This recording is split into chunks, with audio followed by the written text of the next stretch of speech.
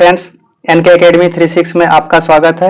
आज हम एडुटेरिया 7500 प्लस वस्तुनिष्ठ समान अध्ययन के बुक को देखने वाले हैं, जो कि all state PCS, BSSC, BPSSC, SSC, railway, banking, CDS, NDA, teacher exam के दृष्टिकोण से काफी महत्वपूर्ण बुक है। इस बुक में टोटल 150 प्रैक्टिस सेट है। इस बुक की खासियत यह है कि प्रत्येक सेट में सभी विषय के प्रश्न डाला गया है, जो कि आने वाले एग्जाम के लिए यह बहुत ही शानदार बुक है। इसलिए आप सब जरूर इस बुक को एक बार पढ़ें। आज हम इस बुक का सेट 7 और सेट 8 का डिस्कशन करेंगे, इसलिए वीडियो में शुरू से अंत तक बने रहें। वीडियो अच्छी लगी तो वीडियो को लाइक करें और चैनल पे नए हैं तो चैनल को अवश्य सब्सक्राइब कर लें। धन्यवाद। चलते हैं आज के पहले प्रश्न की ओर। प्रैक्टिस सेट 7 का पहला प्रश्न है, निम्नलिखित में से कौन सा स्रोत हर्षवर्धन के शासनकाल के संबंध में जानकारी के स्रोत है? नीचे दिए गए कूट की सहायता से सही उत्तर का चयन करें। तो इसका हो जाएगा ऑप्शन नंबर सी, केवल 1 और 3। तो 1 में है संस्कृत नाटक रत्नावली और 3 में है बांसखेड़ा का शिलालेख। अगला प्रश्न है, कौटिल्य ने अपनी पुस्तक अर्थशास्त्र में कानून के कितने स्रोत का उल्लेख किया? तो ये 4 स्रोत का उल्लेख किया था। चलते हैं अगले प्रश्न की ओर। अगला प्रश्न है, निम्नलिखित में से किसकी शासन व्यवस्था गणतंत्रात्मक नहीं थी? तो ये हो जाएगा ऑप्शन नंबर सी, मगध गणराज्य की शासन व्यवस्था गणतंत्रात्मक नहीं थी। तो किस शासन की शासन व्यवस्था गणतंत्रात्मक थी? तो ये कपिल वस्तु के शाक्य, कुशीनगर के मल्ल और वैशाली के लिच्छवी की शासन व्यवस्था गणतंत्रात्मक थी। अगला प्रश्न है, भारतीय गुफा वास्तुकला के इतिहास के संदर्भ में निम्नलिखित कथनों पर विचार कीजिए। उपयुक्त में से कौन सा कथन सही है? तो देख लेते हैं। पहला कथन है, बादामी की गुफा भारत की सबसे पुराने जीवित चट्टानों को काटकर बनाई गई गुफा है। तो ये गलत हो जाएगा।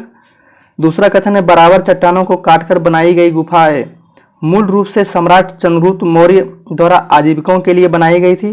तो ये भी गलत हो जाएगा। तीसरा है, एलोरा में विभिन्न धर्मों के लिए गुफाएं बनाया गया था। तो ये सही है। तो इस तरह मेरा ऑप्शन नंबर सी हो जाएगा, केवल 3 सही है। चलते हैं अगले प्रश्न की ओर। अगला प्रश्न है, निम्न में से किसने अखिल भारतीय दलित वर्ग महासंघ की स्थापना 1920 ईस्वी में किया था? तो इसका हो जाएगा ऑप्शन नंबर सी हो जाएगा, डॉक्टर भीमराव अंबेडकर। अगला प्रश्न है, शेरशाह निम्नलिखित में से किस राजवंश से संबंधित है? तो ये हो जाएगा ऑप्शन नंबर 1, अफगानी। अगला प्रश्न है, भारतीय रंगमंच में यवनिका प्रथा का शुभारंभ किसने किया था? तो ये जो है कि हिंद यूनानियों ने किया था। चलते हैं अगले प्रश्न की ओर। अगला प्रश्न है, कालिदास द्वारा रचित नाटक विक्रमोर्वशीयम में किसका वर्णन है? तो ये हो जाएगा ऑप्शन नंबर 1, पुरूरवा एवं उर्वशी की प्रेम कथा है। अगला प्रश्न है, निम्नलिखित में से कौन सा जयप्रकाश नारायण से संबंधित नहीं है? तो ये हो जाएगा option number 1, B C D. तो बी में है धर्म संसद, ये किससे संबंधित है? तो ये है धर्म संसद प्रेमगिरी महाराज। और ऑप्शन नंबर सी में है गणेश उत्सव। तो गणेश उत्सव जो है कि बाल गंगाधर तिलक से है, बीजीटी।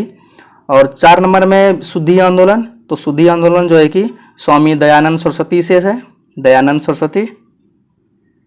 और संपूर्ण क्रांति ये जयप्रकाश नारायण से संबंधित है। इस तरह मेरा option number B C D ये सब जो है कि जयप्रकाश नारायण से संबंधित नहीं है। चलते हैं अगले प्रश्न की ओर। अगला प्रश्न है, महात्मा गांधी द्वारा 1918 में खेड़ा जिले के किसानों के लिए एक सत्याग्रह का आयोजन किया गया था। इस सत्याग्रह की प्रमुख मांग क्या थी?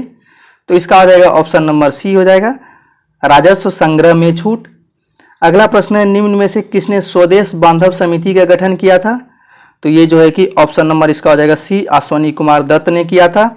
और ये कब किया था? तो 6 अगस्त 1905 को जो है कि स्वदेश बांधव समिति की गठन किया था। अगला प्रश्न है, हम महारानी और सिर्फ महारानी की रैयत होना चाहते हैं, यह कथन किस विद्रोह से संबंधित है? तो यह कथन जो है कि पवना विद्रोह से संबंधित है। तो पवना विद्रोह कब हुआ था? तो यह 1873 से 76 के बीच हुआ था। और नील विद्रोह कब हुआ था? तो नील विद्रोह जो है कि 1854 से 62 के बीच हुआ था। उसके बाद है दक्कन विद्रोह कब हुआ था? तो ये दक्कन विद्रोह 1874 से 75 के बीच हुआ था। उसके बाद एका आंदोलन कब हुआ था? तो एका आंदोलन 1921 ईस्वी में हुआ था।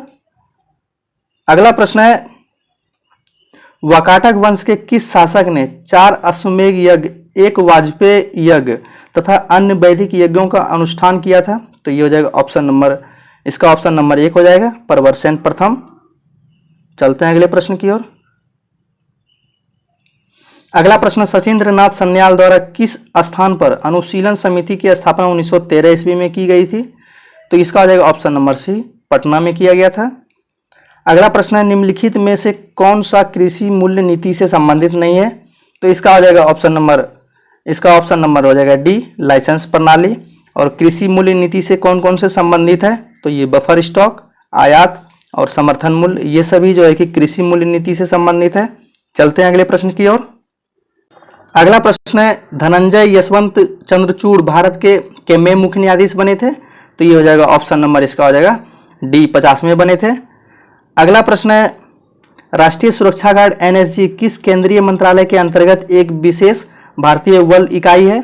इसका हो जाएगा ऑप्शन नंबर बी हो जाएगा, गृह मंत्रालय के अधीन है। अगला प्रश्न है, अनुच्छेद 368 में निर्धारित संविधान में संशोधन की प्रक्रिया के संदर्भ में निम्नलिखित कथनों पर विचार कीजिए। उपयुक्त में से कौन सा कथन गलत है? तो देख लेते हैं इसमें। पहला कथन है, संविधान में संशोधन केवल संसद के किसी भी सदन में शुरू किया जा सकता है। तो ये सही है। दूसरा कथन है, विधेयक केवल एक मंत्री द्वारा ही पेश किया जा सकता है, किसी निजी सदस्य द्वारा नहीं। तो ये गलत हो जाएगा। तीसरा कथन है, विधेयक को पेश करने के लिए राष्ट्रपति की पूर्व अनुमति की आवश्यकता नहीं है। तो ये सही है। चौथा कथन है, राज्य विधानमंडल द्वारा अनुसमर्थन की आवश्यकता नहीं है। तो ये जो है कि ये गलत है। इस तरह मेरा जो है कि ऑप्शन नंबर कौन कौन गलत है? तो 2 और 4 गलत है। तो ऑप्शन नंबर डी हो जाएगा। चलते हैं अगले प्रश्न की ओर। अगला प्रश्न है, राष्ट्रीय अनुसूचित जाति आयोग के अध्यक्ष और उपाध्यक्ष के अतिरिक्त सदस्यों की कुल संख्या कितनी होती है? तो इसका हो जाएगा ऑप्शन नंबर सी, 3 सदस्य होते हैं। अगला प्रश्न है, भारत के नियंत्रक एवं महालेखा परीक्षक अधिकतम कितने वर्षों के लिए पद धारण कर सकते हैं? इसका हो जाएगा अधिकतम 6 वर्ष के लिए। और भारत के नियंत्रक एवं महालेखा परीक्षक कितने अनुच्छेद में है? तो ये अनुच्छेद 148 के अंतर्गत आते हैं। अगला प्रश्न है, निम्नलिखित में से कितनी रियासतें 15 फरवरी 1948 को सौराष्ट्र संघ में मिलाई गई थी? इसका हो जाएगा ऑप्शन नंबर सी, 222। अगला प्रश्न है, निम्नलिखित कथनों पर विचार कीजिए। उपयुक्त में से कौन सा कथन सही है? तो देख लेते हैं इसमें। पहला कथन है, पृथ्वी की सबसे ऊपरी परत भूपर्पटी है जो सभी परतों में सबसे पतली है। तो ये सही है। दूसरा कथन है, महाद्वीपीय परत समुद्री परत की तुलना में कम घनी होती है क्योंकि समुद्री परत बेसाल्टिक चट्टानों से बनी होती है। तो ये भी सही है। तीसरा कथन है, पृथ्वी की सबसे भीतरी भाग पिघले हुए लोहे से ही बना होता है। तो ये गलत हो जाएगा। इस तरह मेरा जो है कि ऑप्शन नंबर 1 और 2 सही है। अगला प्रश्न है, भारत में लिग्नाइट का सबसे बड़ा उत्पादक राज्य कौन सा है? तो लिग्नाइट का सबसे बड़ा उत्पादक राज्य तमिलनाडु है। चलते हैं अगले प्रश्न की ओर। अगला प्रश्न है, निम्नलिखित में से भारत का कौन सा राज्य अपनी सीमा तीनों देश नेपाल, भूटान और चीन से साझा करता है? तो ये हो जाएगा ऑप्शन नंबर सी, सिक्किम। अगला प्रश्न है, मौखिक लावा के बारे में निम्नलिखित में से कौन सा विकल्प सही है? तो ये जो है कि ऑप्शन नंबर डी हो जाएगा। इसमें 45 से 52% तक सिलिका होती है। चलते हैं अगले प्रश्न की ओर। अगला प्रश्न है, स्थिर धारा वाली परिनालिका का उपयोग किस रूप में किया जा सकता है? तो इसका हो जाएगा ऑप्शन नंबर सी, निरंतर चुंबकीय क्षेत्र का स्रोत। अगला प्रश्न है, निम्न में से क्या तरंग की विशेषता नहीं है? तो तरंग की विशेषता जो है कि ये माध्यम नहीं है। और कौन कौन से तरंग की विशेषता? तरंग दैर्ध्य, आयाम और आवृत्ति, ये सभी जो है कि तरंग की विशेषता है और माध्यम तरंग की विशेषता नहीं है। तरंग के लिए माध्यम की जरूरत नहीं होती है। अगला प्रश्न है, निम्न में से किसके मापन हेतु स्टेलाग्मोमीटर का उपयोग किया जाता है? तो इसका हो जाएगा ऑप्शन नंबर बी हो जाएगा, पृष्ठ तनाव। पृष्ठ तनाव को मापने के लिए स्टेलाग्मोमीटर का उपयोग किया जाता है। प्रश्न है, निम्नलिखित संतुलित रासायनिक समीकरण पर ध्यान दीजिए। जब 2 कार्बन मोनोऑक्साइड को ऑक्सीजन के साथ अभिक्रिया कराया जाता है तो 2 कार्बन डाइऑक्साइड का निर्माण होता है। तो उपरोक्त रासायनिक समीकरण के संबंध में निम्नलिखित कथनों में से कौन सा कथन सार्थक है? तो इसका हो जाएगा ऑप्शन नंबर सी, अभिक्रिया करने में कार्बन मोनोऑक्साइड की ऑक्सीजन के साथ अनुपात जो है कि 2:1 मोल अनुपात में अभिक्रिया होती है। अगला प्रश्न है, उत्कृष्ट धातु को घोलने के लिए निम्न में से किसका प्रयोग किया जाता है? तो ये हो जाएगा option number D, aqua regia किसका किसका मिश्रण है? तो ये HCl और प्लस HNO3 हो गया नाइट्रिक अम्ल, और HCl हो गया हाइड्रोक्लोरिक अम्ल। ये दोनों का अनुपात होता है 3:1। अगला प्रश्न है, शेविंग क्रीम की मृदुता किसके द्वारा संवर्धित की जाती है? तो ये हो जाएगा option number B, potassium carbonate. अगला प्रश्न है, फिलोसफर बुल यशद पुष्प रासायनिक दृष्टि से है? तो ये हो जाएगा ऑप्शन नंबर 1, जिंक ऑक्साइड है। चलते हैं अगले प्रश्न की ओर। अगला प्रश्न है, एक पूर्ण कार्डियक चक्र में कितना समय लगता है? तो ये जो है कि 0.8 सेकेंड लगता है। अगला प्रश्न है, निम्नलिखित में से कौन सा रोग एक व्यक्ति से दूसरे व्यक्ति में प्रसारित नहीं होता है? तो ये हो जाएगा ऑप्शन नंबर 1 हो जाएगा सिरोसिस हो जाएगा। तो एक व्यक्ति से दूसरे व्यक्ति में कौन कौन सा प्रसारित होता है?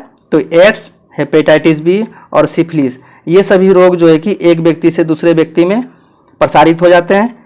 अगला प्रश्न, किस विटामिन को फॉलिक एसिड के रूप में भी जाना जाता है? ये हो जाएगा ऑप्शन नंबर डी हो जाएगा, विटामिन B9। और B2 का रासायनिक नाम क्या है? तो इसका है राइबोफ्लोमिन। और B7 का क्या है? तो B7 का है बायोटिन। और B5 का क्या है? तो B5 का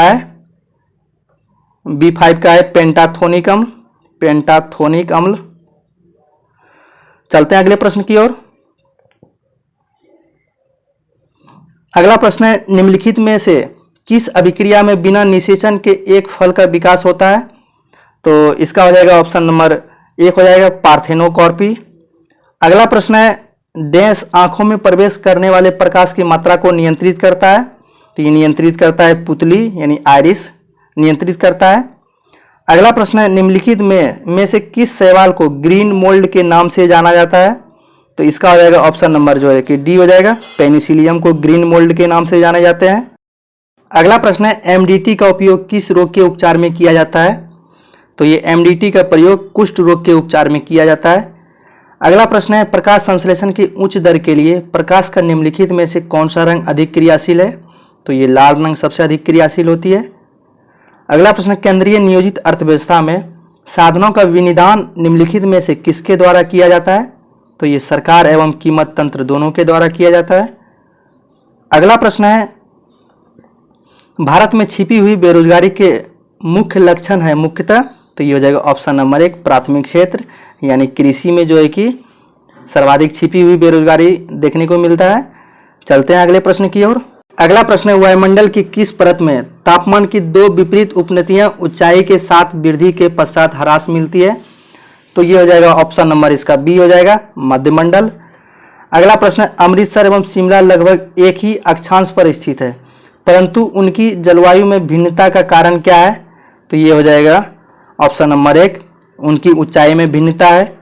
अगला प्रश्न, संवादिनी का संबंध निम्नलिखित में से किस आंदोलन से है? तो ये हो जाएगा दलित नारीवादी साहित्यिक आंदोलन से, ऑप्शन नंबर सी हो जाएगा। चलते हैं अगले प्रश्न की ओर। अगला प्रश्न है, भारत में राष्ट्रीय मानसिक स्वास्थ्य नीति कब शुरू की गई? तो ये 1982 ईस्वी में शुरू की गई। अगला प्रश्न है, विश्व में सिरोही लिली फूल केवल भारत के किस एक राज्य में पाया जाता है? तो सिरोही लिली फूल जो है कि ये मणिपुर में पाई जाती है, मणिपुर में। अगला प्रश्न है, 1 रुपया के प्रीमियम पर भारतीय रेल मंत्रालय यात्रियों को कितनी राशि का बीमा कवर देता है? तो ये 10 लाख का बीमा कवर देता है। अगला प्रश्न है, बेसबॉल किस खेल से संबंधित है? तो ये बेसबॉल क्रिकेट से संबंधित है। चलते हैं अगले प्रश्न की ओर। अगला प्रश्न, कार्बन डेटिंग व्यवस्था का सर्वप्रथम विचार किस समझौते में किया गया था? तो ये जो है कि ऑप्शन नंबर सी हो जाएगा, क्योटो प्रोटोकॉल में किया गया था। तो क्योटो प्रोटोकॉल कब आया था? तो ये 1997 ईस्वी में आया था। और पेरिस समझौता कब हुआ था? तो ये पेरिस समझौता 2016 ईस्वी में हुआ था। मॉन्ट्रियल प्रोटोकॉल कब हुआ? तो ये 16 सितंबर 1987 ईस्वी में हुआ था। और मॉन्ट्रियल प्रोटोकॉल किससे संबंधित था? तो ये ओजोन परत संरक्षण से संबंधित था। और ओजोन परत दिवस कब मनाया जाता है? तो ये 16 सितंबर को मनाया जाता है, 16 सितंबर। और पृथ्वी सम्मेलन कब हुआ था? तो ये पृथ्वी सम्मेलन जो है कि 1992 में रियो डी जेनेरियो में हुआ था। इस तरह दोस्तों सेट 7 का प्रैक्टिस सेट हम पूरा रिवीजन किए, ये इसका आंसर है, आप लोग मिला लीजिएगा। चलते हैं सेट प्रैक्टिस सेट 8 की ओर। फ्रेंड्स, आप देख रहे हैं यूट्यूब चैनल NK Academy 36, जिसमें कि एडुटेरिया 7500 प्लस वस्तुनिष्ठ समान अध्ययन के सारे प्रैक्टिस सेट कराया जा रहा है, जिसमें टोटल 150 प्रैक्टिस सेट है। प्रत्येक वीडियो में 2 सेट का रिवीजन कराया जाएगा, इसलिए वीडियो में अंत तक बने रहें। अगर वीडियो आपके लिए हेल्पफुल लगे तो वीडियो को लाइक करें और चैनल पे नए हैं तो चैनल को अवश्य सब्सक्राइब कर लें। धन्यवाद। चलते हैं अगले प्रश्न की ओर। प्रैक्टिस सेट 8 का पहला प्रश्न है, पाली भाषा का ग्रंथ मिलिंद पन्हो राजा मिनांडर के किस बौद्ध भिक्षु के संवाद के रूप में है? तो ये हो जाएगा ऑप्शन नंबर 1 नागसेन। अगला प्रश्न, नीचे दिए गए विकल्प में से गढ़वाल वंश, राष्ट्रकूट वंश, सातवाहन वंश, सैयद वंश के संस्थापकों के नामों का सही संयोजन ज्ञात करें। तो हो जाएगा ऑप्शन नंबर 1 गढ़वाल वंश के संस्थापक चंद्रदेव, राष्ट्रकूट वंश के संस्थापक दंतीदुर्ग, सातवाहन के वंश के संस्थापक सिमुक और सैयद वंश के संस्थापक खिजर खां। चलते हैं अगले प्रश्न की ओर। अगला प्रश्न है, निम्नलिखित में कौन हड़प्पा सभ्यता पर प्रकाश डालता है? तो ये हो जाएगा ऑप्शन नंबर 1 पुरातात्विक खुदाई। और हड़प्पा सभ्यता की खोज कब किया गया? तो ये 1921 ईस्वी में दयाराम साहनी के द्वारा, दयाराम साहनी। और हड़प्पा सभ्यता की, हड़प्पा जो है कि किस नदी के किनारे है? तो ये रावी नदी के किनारे स्थित है। अगला प्रश्न है, पांडे राज के संदर्भ में निम्नलिखित कथनों पर विचार कीजिए, उपयुक्त में से कौन सा कथन सत्य है? तो देख लेते हैं इसमें। पहला कथन है, यह सुदूर दक्षिण और दक्षिण पूर्वी भाग में अवस्थित है, तो ये सही है। दूसरा कथन है, इसकी राजधानी महाबलीपुरम थे, तो ये गलत हो जाएगा। महाबलीपुरम नहीं, पांडे राज की राजधानी मदुरै थे, मदुरै। तीसरा कथन है, इसे मोतियों का देश कहा जाता था, तो ये सही है। चौथा कथन है, यह यहाँ का समाज मातृसत्तात्मक था, तो ये भी सही है। इस तरह मेरा 1, 3, 4 सही। प्रश्न है, मेटरनिक ने किसे हमारी सामाजिक व्यवस्था का सबसे खतरनाक दुश्मन बताया? तो ये हो जाएगा ऑप्शन नंबर बी ज्यूसेपी मैथ्सेनी। अगला प्रश्न है, निम्नलिखित में से किस मराठा शासक ने औरंगजेब के पुत्र अकबर को अपने दरबार में शरण दी थी? तो ये हो जाएगा ऑप्शन नंबर सी संभाजी को शरण दिया था। अगला प्रश्न है, महिचंद्र एवं चंद्रदेव किस वंश से संबंधित थे? तो ये हो जाएगा ऑप्शन नंबर 1 गढ़वाल वंश। अगला प्रश्न है, मुगल प्रांतीय प्रशासन में सामान्य तौर पर दीवानी का संबंध किससे था?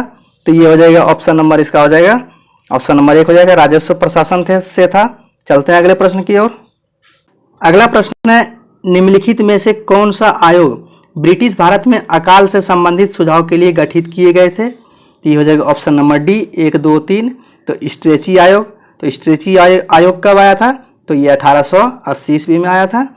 दूसरा है लॉयल आयोग, तो लॉयल आयोग का गठन जो है कि आया था 1897 में। और मैकडोनाल्ड आयोग कब आया था? तो ये जो है कि 1932 ईस्वी में आया था। ये सभी अकाल से संबंधित है। अगला प्रश्न है, बहुजन समाज के संस्थापक कौन थे? तो ये हो जाएगा ऑप्शन नंबर 1 मुकुंदराव पाटिल। अगला प्रश्न है, बॉयज एसोसिएशन का गठन बिहार के किस स्थान पर किया गया था? तो ये दरभंगा में किया गया था। और इसका गठन कब किया गया? तो ये 1899 ईस्वी में किया गया था। और बॉयज एसोसिएशन के अध्यक्ष कौन थे? तो अध्यक्ष थे अफाक खान। अगला प्रश्न है, बिहार कौमी सेवक दल का गठन किस वर्ष किया गया? तो ये 1921 ईस्वी में किया गया था। अगला प्रश्न, निम्न में किस गवर्नर जनरल को मार्क्विस की उपाधि प्रदान की गई थी? तो ये जो है कि इसका हो जाएगा ऑप्शन नंबर सी हो जाएगा, लॉर्ड बेलेजली को मार्क्विस की उपाधि प्रदान की गई थी। लॉर्ड लीटन के समय का प्रमुख कार्य कौन सा नहीं है? तो ये हो जाएगा ऑप्शन नंबर डी, ये नहीं है, सती प्रथाकांत। तो ये सती प्रथाकांत किसके समय का है? तो ये 1829 ईस्वी में लॉर्ड विलियम बेंटिक के समय का है, विलियम बेंटिक। और लॉर्ड लीटन के समय कौन कौन सा है? तो सिविल सेवा परीक्षा की आयु 21 वर्ष से घटाकर 19 वर्ष करना, तो ये 1877 ईस्वी में किया गया था लॉर्ड लीटन के समय। अकाल आयोग का गठन कब किया गया था? तो ये 1878 ईस्वी में लॉर्ड लीटन के समय ही। और वर्नाक्यूलर प्रेस एक्ट ये 1878 ईस्वी में लीटन के समय किया गया था। अगला प्रश्न है, गांधी इरविन समझौते में किस आंदोलन को रोकने का प्रावधान था? तो ये हो जाएगा ऑप्शन नंबर बी सविनय अवज्ञा आंदोलन। तो सविनय अवज्ञा आंदोलन कब हुआ था? तो ये जो है कि 6 अप्रैल 1930 को हुआ था। और दांडी मार्च कब हुआ था, दांडी यात्रा, तो ये 12 मार्च 1930 को हुआ था। और असहयोग आंदोलन कब हुआ था, तो ये असहयोग आंदोलन जो है कि 1 अगस्त 1920 को हुआ था, 1 अगस्त को। और भारत छोड़ो आंदोलन कब हुआ था, तो ये हुआ था 8 अगस्त 1942 को भारत छोड़ो आंदोलन हुआ था। चलते हैं अगले प्रश्न की ओर। अगला प्रश्न है, निम्नलिखित कथनों पर विचार करें एवं सही कथनों को पहचानें। तो देख लेते हैं इसमें। पहला कथन है, अविश्वास प्रस्ताव मंत्रिपरिषद में विश्वास की कमी व्यक्त करने वाला प्रस्ताव है, तो ये सही है। दूसरा कथन है, विश्वास प्रस्ताव लाने के लिए कम से कम 50% सदस्यों की मंजूरी होनी चाहिए, तो ये गलत हो जाएगा। तीसरा कथन है, लोकसभा में अविश्वास प्रस्ताव लोकसभा की प्रक्रिया और आचरण के नियमों के प्रावधानों द्वारा शासित होता है, तो ये भी सही है। इस तरह मेरा ऑप्शन नंबर सी हो जाएगा, 1 और 3 सही है। चलते हैं अगले प्रश्न की ओर। अगला प्रश्न है, किस स्थिति में बंदी प्रत्यक्षीकरण रीट को जारी किया जाता है, तो ये हो जाएगा ऑप्शन नंबर सी, दोषपूर्ण पुलिस नजरबंदी। अगला प्रश्न है, भारत में निर्वाचित होने एवं मताधिकार का अधिकार कैसा अधिकार है, तो ये जो है कि एक प्रकार का संवैधानिक अधिकार है। योजना किस सूची का विषय है, तो योजना समवर्ती सूची का विषय है। और जनसंख्या भी जो है कि जनसंख्या समवर्ती सूची का विषय है। जनगणना संघ सूची का विषय है, जनगणना। और राज्य सूची में पुलिस, उसके बाद स्थानीय सरकारें, ये सभी जो है कि राज्य सूची में आते हैं। और अपशिष्ट सूची में कंप्यूटर सॉफ्टवेयर, सूचना प्रौद्योगिकी। तो समवर्ती सूची में अभी कितना, वर्तमान में कितना विषय है, तो टोटल अभी 52 विषय है। और संघ सूची में कितने विषय है, तो संघ सूची में अभी टोटल 100 विषय है। राज्य सूची में कितने विषय है, तो ये राज्य सूची में 61 विषय है। चलते हैं अगले प्रश्न की ओर। अगला प्रश्न है, भारत की समेकित निधि से व्यय किसके अनुमोदन से किया जा सकता है, तो इसका हो जाएगा ऑप्शन नंबर 1 हो जाएगा, संसद के अनुमोदन से किया जा सकता है। अगला प्रश्न है, निम्नलिखित में भारतीय संविधान का कौन सा अनुच्छेद लोक सेवा आयोग के व्यय से संबंधित है, तो लोक सेवा आयोग के व्यय से संबंधित है अनुच्छेद 322। और अनुच्छेद 320 में क्या है, तो लोक सेवा आयोग के कार्यों का उल्लेख है, कार्यों का उल्लेख है। चलते हैं अगले प्रश्न की ओर। अगला प्रश्न है, निम्नलिखित में कौन सा कृषि पद्धति का सही क्रम है, तो इसका हो जाएगा ऑप्शन नंबर बी हो जाएगा, मिट्टी तैयार करना, उसके बाद फिर बुआई करना, फिर सिंचाई करना, उसके बाद कटाई करना। अगला प्रश्न, तातीपाका तेल रिफाइनरी कहाँ स्थित है, तो ये हो जाएगा option number C, Andhra Pradesh में स्थित है। अगला प्रश्न, निम्नलिखित सागरों में से कौन सा गाजा स्ट्रिप के पास अवस्थित है, तो ये हो जाएगा ऑप्शन नंबर 1, भूमध्य सागर गाजा स्ट्रिप के पास अवस्थित है। चलते हैं अगले प्रश्न की ओर। अगला प्रश्न, राज्यों के अधिकतम से न्यूनतम साक्षरता अनुसार सही क्रम को इंगित कीजिए भारत की जनगणना 2011 के अनुसार, तो इसमें हो जाएगा ऑप्शन नंबर डी, सबसे ज्यादा जो है कि साक्षरता केरल में है, उसके बाद मिजोरम, फिर गोवा, उसके बाद त्रिपुरा। अगला प्रश्न है, ध्वनि तरंग की आवृत्ति भी और समयावधि टी के बीच संबंध होता है, इसका हो जाएगा ऑप्शन नंबर 1, v = 1/t। अगला प्रश्न है, घर्षण बल निम्न में किस पर कार्य करता है, तो ये हो जाएगा ऑप्शन नंबर डी, बल की दिशा के विपरीत कार्य करता है। चलते हैं अगले प्रश्न की ओर। अगला प्रश्न है, नकारात्मक त्वरण निम्न में किसकी दिशा के विपरीत में होता है, तो ये हो जाएगा ऑप्शन नंबर इसका 1 हो जाएगा, वेग के विपरीत होता है। अगला प्रश्न, हाइड्रोक्लोरिक अम्ल कांच की बोतल में नहीं रखा जाता है क्योंकि यह अभिक्रिया करता है, तो ये हो जाएगा ऑप्शन नंबर डी, कांच की सिलिकॉन डाइऑक्साइड के साथ अभिक्रिया कर लेता है। चलते हैं अगले प्रश्न की ओर। अगला प्रश्न, संयोजकता के इलेक्ट्रॉनिक सिद्धांत का प्रतिपादन सर्वप्रथम किस वैज्ञानिक ने किया था, इसका हो जाएगा ऑप्शन नंबर सी हो जाएगा, कोसेल व लुईस ने किया था। अगला प्रश्न, निम्न में से कौन सी धातु शीतल व गर्म दोनों दशाओं में जल से अभिक्रिया नहीं करती है, तो इसका हो जाएगा ऑप्शन नंबर डी हो जाएगा, लोहा नहीं करती है। अगला प्रश्न, फोटोग्राफी में सोडियम थायोसल्फेट Na2H2O3 विलयन का प्रयोग क्यों किया जाता है, तो इसका हो जाएगा ऑप्शन नंबर सी हो जाएगा, अतिरिक्त AgBr यानी सिल्वर ब्रोमाइड को विलेज सिल्वर थायोसल्फेट संकुल के रूप में निकालने के लिए किया जाता है। ऑप्शन नंबर सी हो जाएगा। अगला प्रश्न है, निम्न में कौन सी बीमारी वायरल संक्रमण द्वारा होती है? तो ये हो जाएगा ऑप्शन नंबर बी हो जाएगा, जुकाम वायरल संक्रमण के द्वारा होता है। चलते हैं अगले प्रश्न की ओर। अगला प्रश्न, निकट दृष्टि दोष के संबंध में कौन सा कथन गलत है? तो इसमें देख लेते हैं। पहला है, इसमें नेत्र लेंस की मोटाई बढ़ जाती है, तो ये सही है। ऑप्शन नंबर बी में, इसमें प्रतिबिंब रेटिना पर बनता है, तो ये गलत हो जाएगा। रेटिना पर नहीं, रेटिना आगे बन जाता है, यहाँ आगे बन जाता है, आगे। ऑप्शन नंबर सी में, इसमें नेत्र लेंस की फोकस दूरी कम हो जाती है, तो ये सही है। नेत्र गोलक की त्रिज्या में वृद्धि हो जाती है, तो ये भी सही है। इस तरह मेरा ऑप्शन नंबर बी गलत था। अगला प्रश्न, यूकैरियोटिक कोशिका के संबंध में कौन सा कथन गलत है? तो देख लेते हैं। इसमें पहला ऑप्शन है, इनमें समसूत्री कोशिका विभाजन होता है, तो ये सही है। ऑप्शन नंबर बी में, इनमें श्वसन तंत्र माइटोकॉन्ड्रिया में होता है, तो ये भी सही है। ऑप्शन नंबर सी में, इनमें रिक्तिका उपस्थित नहीं होता है, तो ये गलत हो जाएगा, इसमें उपस्थित होता है। ऑप्शन नंबर डी में, इनमें 80S प्रकार के राइबोसोम होते हैं, तो ये भी सही है। इस तरह मेरा ऑप्शन नंबर सी गलत था। चलते हैं अगले प्रश्न की ओर। अगला प्रश्न है, निम्न में नाइट्रोजन किसका अनिवार्य घटक है? तो ये हो जाएगा ऑप्शन नंबर इसका हो जाएगा एक, प्रोटीन का है। अगला प्रश्न है, निम्न में कौन सा घोल विद्युत का चालक नहीं है? तो ये हो जाएगा ऑप्शन नंबर एक, ग्लूकोज का घोल विद्युत का चालक नहीं है। चलते हैं अगले प्रश्न की ओर। अगला प्रश्न है, निम्न में कौन बढ़ते भ्रूण के लिए पोषक उत्तक का कार्य करता है? तो इसका हो जाएगा ऑप्शन नंबर सी हो जाएगा, एंडोस्पर्म। अगला प्रश्न है, मानव शरीर में बैक्टीरिया के संक्रमण को रोकने का इलाज का सरल इलाज क्या है? तो ये हो जाएगा ऑप्शन नंबर डी हो जाएगा, एंटीबायोटिक्स। अगला प्रश्न है, मॉर्फिन निम्न में किससे प्राप्त होता है? तो ये फल से प्राप्त किया जाता है। चलते हैं अगले प्रश्न की ओर। अगला प्रश्न है, यदि भारतीय रिजर्व बैंक के द्वारा नकद कोष अनुपात में कमी की जाती है तो इसका साख सृजन पर क्या प्रभाव होगा? तो इसका हो जाएगा ऑप्शन नंबर एक हो जाएगा, वृद्धि हो जाएगी। अगला प्रश्न है, द्रव्य की पूर्ति यथावत रहने पर यदि द्रव्य की मांग में वृद्धि होती है तो क्या होगी? तो ये जो है कि ब्याज की दर में वृद्धि हो जाएगी। ऑप्शन नंबर बी हो जाएगा। अगला प्रश्न, पारिस्थितिकी निकेत इकोलॉजिकल निकेत किससे संबंधित है?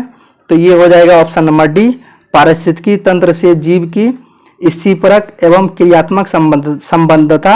ऑप्शन नंबर डी हो जाएगा। और पारिस्थितिकी निकेत की परिकल्पना किसने किया था? तो ये ग्रीनेल्स ने किया था, ग्रीनेल्स ने किया था। अगला प्रश्न है, निम्नलिखित में से कौन सा पारिस्थितिकी तंत्र का अजैवीय घटक है? तो इसका हो जाएगा ऑप्शन नंबर डी हो जाएगा, शैलीय नमक। प्रश्न है, निम्नलिखित देशों का कौन सा एक समूह आसियान के सदस्य देश है?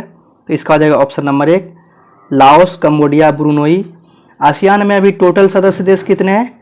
तो ये 11 देश है। 11वां देश कौन सा है? 11वां है पूर्वी तिमोर, 11वां बना है पूर्वी तिमोर। और आसियान की स्थापना कब किया गया था? तो आसियान की स्थापना 1967 ईस्वी में किया गया था। चलते हैं अगले प्रश्न की ओर। अगला प्रश्न है, कलमकारी पेंटिंग के संदर्भ में कौन से सही है? तो इसका हो जाएगा ऑप्शन नंबर बी, दक्षिण भारत में सूती वस्त्र पर हाथ से की गई चित्रकारी है। तो कलमकारी पेंटिंग किस राज्य की है? तो ये आंध्र प्रदेश की है, आंध्र प्रदेश। और इसी तरह होता है फुलकारी कला कहाँ की है? फुलकारी जो है कि ये पंजाब की है, पंजाब। और एक है चिकनकारी, चिकनकारी पेंटिंग कहाँ की है?